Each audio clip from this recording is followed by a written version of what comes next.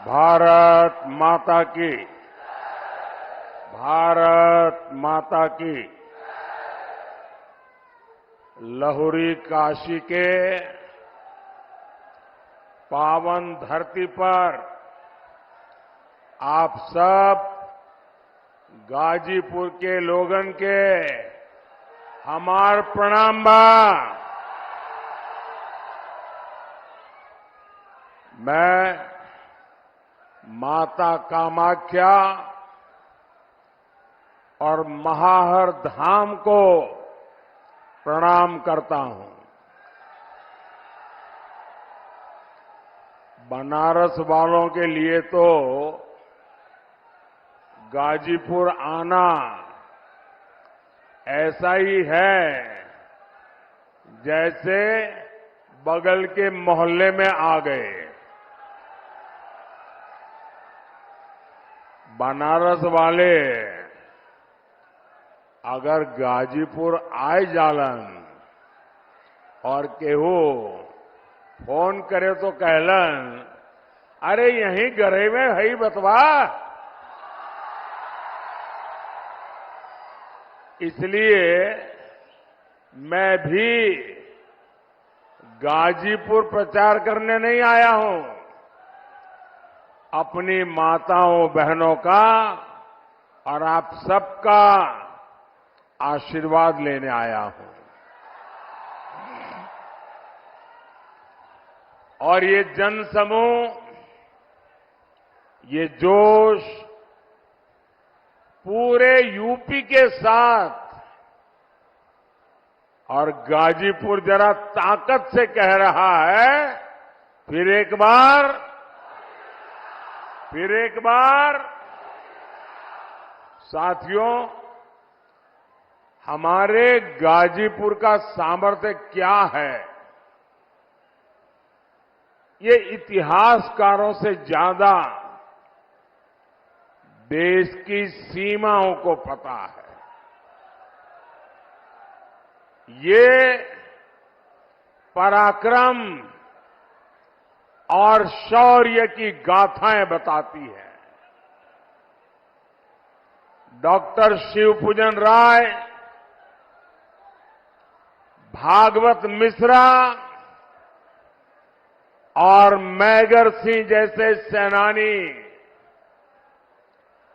वीर अब्दुल हमीद, राम उग्रह पांडे और ब्रिगेडियर उस्मान जैसे वीर गाजीपुर की परंपरा और गाजीपुर का गहमर गांव, ये नाम ही काफी है।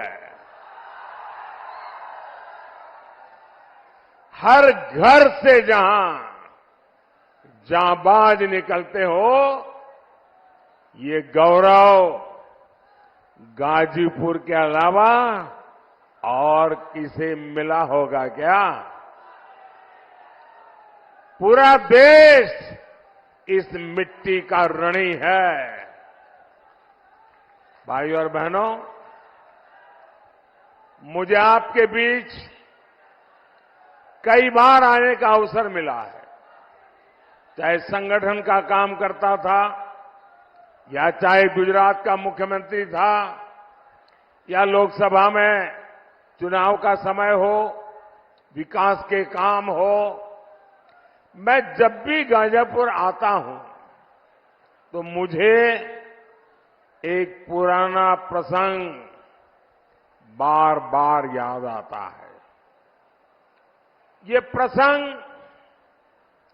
इस बात का गवाह है कि कैसे इंडी वालों ने गाजीपुर के साथ विश्वासघात किया।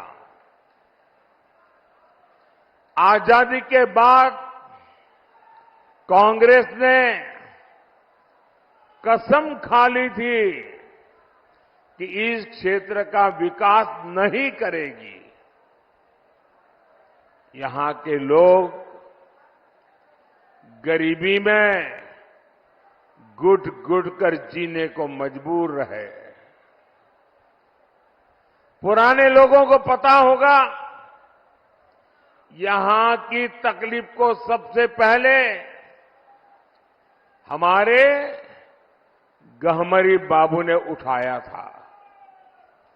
उन्होंने पार्लियामेंट में नेहरू जी को यहां की स्थिति बताई और आंख में आंसू के साथ बाबूजी ने कहा कि कैसे यहां के लोग जानवरों के गोबर से गेहूं बीन करके खाते थे, लेकिन कांग्रेस पार्टी ने क्या किया,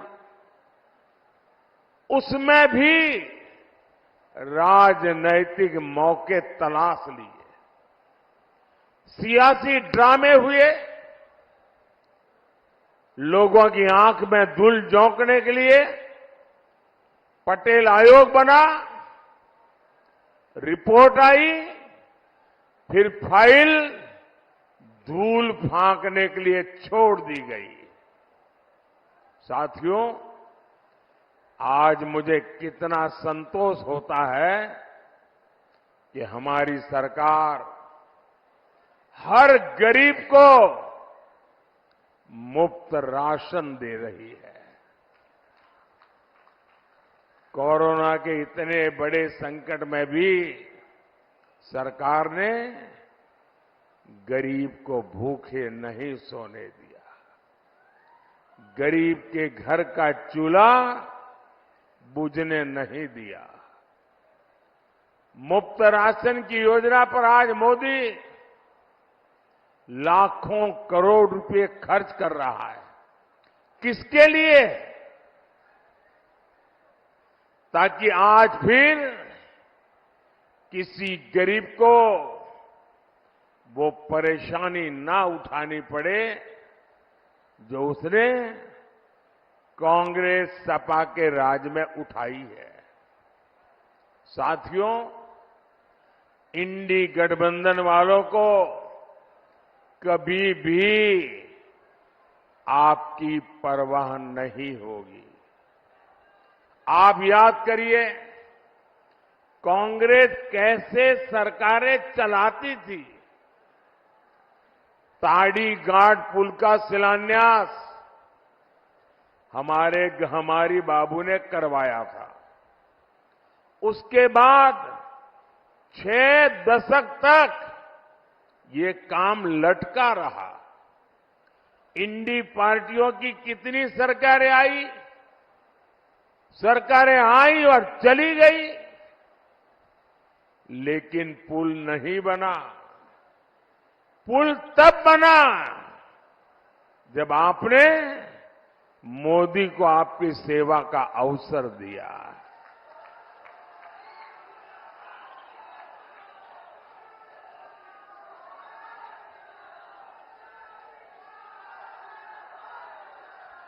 और ये मेरा सौभाग्य था कि बाबूजी का जो सपना था वो मैंने यहां आकर के इसका उद्घाटन करने का सौभाग्य मुझे मिला।